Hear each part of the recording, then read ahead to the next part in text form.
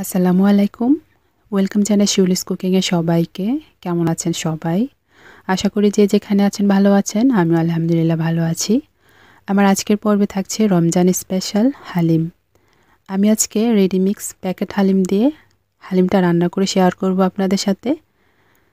তো চলুন দেখে নেই কীভাবে আমি হালিম মিক্সটা রান্না করি। হালিম মিক্স রান্না করার জন্য আমি এখানে একটি রাঁধুনির হালিম মিক্স প্যাকেট নিয়েছি। এখন এই প্যাকেটটাকে একটু খুলে নেব। প্যাকেটটা খুলে নিয়েছি আর প্যাকেটের মধ্যে দুটো প্যাকেট আছে, একটা মশলা আর একটা ডালের মিশ্রণ। এখন এই ডালের মিশ্রণের প্যাকেটটা খুলে নিয়েছি আর একটা বাটিতে ঢেলে নেব। এখন আমি ফুটন্ত গরম পানি দিয়ে এই ডালের মিশ্রণটাকে ভিজিয়ে রাখবো প্রায় 30 মিনিটের মতো। আমি এখানে 3 কাপ ফুটন্ত গরম পানি নিয়েছি। এখন এই মিশ্রণটা একটু নাড়াচাড়া করে দেব। এখন এই মিশ্রণটাকে এক সাইডে রেখে দেব আর হালিমের মশলাটাকে একটা বাটির মধ্যে নিয়ে নেব। আমি এখানে নিয়েছি গরুর মাংস প্রায় 400 গ্রাম হালিম রান্না করার জন্য। এখানে আমি হাড় চর্বি সহ মাংসটা নিয়েছি। মাংসটা রান্না করার জন্য চুলায় একটি পাত্র বসিয়ে দিয়েছি আর দিয়েছি হাফ কাপ পরিমাণ সয়াবিন তেল। তেলটা যখন গরম হয়ে আসবে আমি এখানে দেব 1 কাপ পরিমাণ পেঁয়াজ কুচি। পেঁয়াজগুলোকে একটু ব্রাউন করে ভেজে নেব। পেঁয়াজগুলো ভাজা হয়ে গেছে, এখন আমি মাংসগুলো দিয়ে দেব। মাংসগুলো দিয়ে আমি একটু নাড়াচাড়া করে দেব।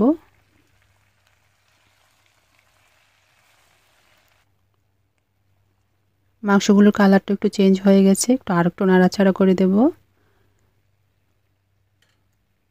এখন আমি এখানে অ্যাড করব হাফ চা চামচ হলুদের গুঁড়া, হাফ চা চামচ মরিচের গুঁড়া, 2 টেবিল চামচ আদা রসুনের পেস্ট,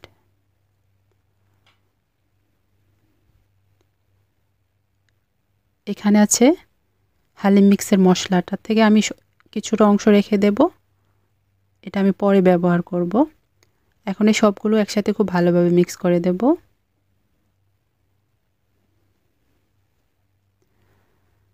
মিক্স করা হয়ে গেছে, এখন আমি ঢেকে রান্না করব প্রায় 15 মিনিটের মতো। ফিরে আসলাম 15 মিনিট পর, একটু নাড়াচাড়া করে দেব। মাংসটা থেকে পানি উঠেছে।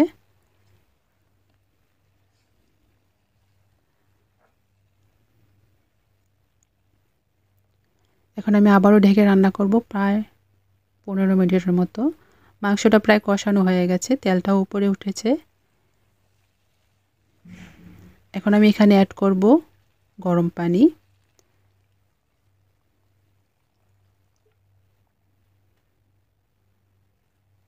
নাড়াচাড়া করে দেব। ঢাকনা দিয়ে রান্না করব সিদ্ধ হওয়ার আগ পর্যন্ত।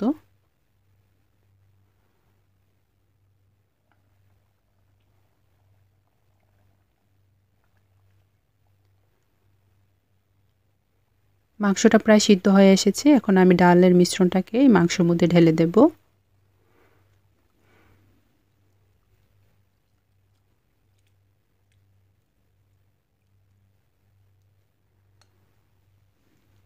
মিশ্রণটাকে ঢেলে দিয়েছি, এখন সঙ্গে সঙ্গে একটু নাড়াচাড়া করে দিতে হবে, নয়তোবা নিচে লেগে যেতে পারে।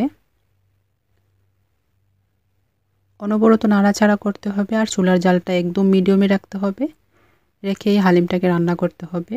হালিমটা যখন একটু ঘন হয়ে আসবে, একটু আঠালো হয়ে আসবে, তখন আমি এখানে অ্যাড করে দেব ফুটন্ত গরম পানি। আমি এখানে 2 কাপ পানি দিয়েছি। পানি দিয়ে আমি আবারও নাড়াচাড়া করে দেব।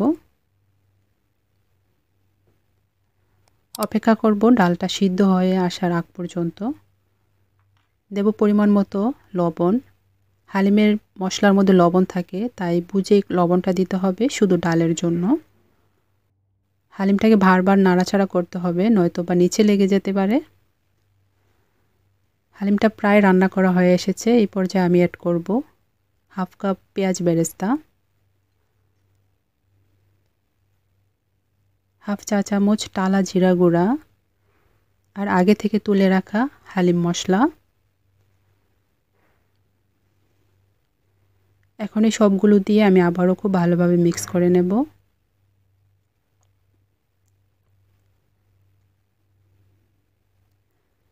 আমার হালিমটা প্রায় রান্না করা হয়ে গেছে। আমি আর ঘন করব না, এটা ঠান্ডা হলে আরেকটু ঘন হয়ে যাবে। ঠিক এই পর্যায়ে আমি চুলাটা বন্ধ করে দেব আর পরিবেশন করে নেব। হালিমটা গরম গরম খেতেই বেশি ভালো লাগে।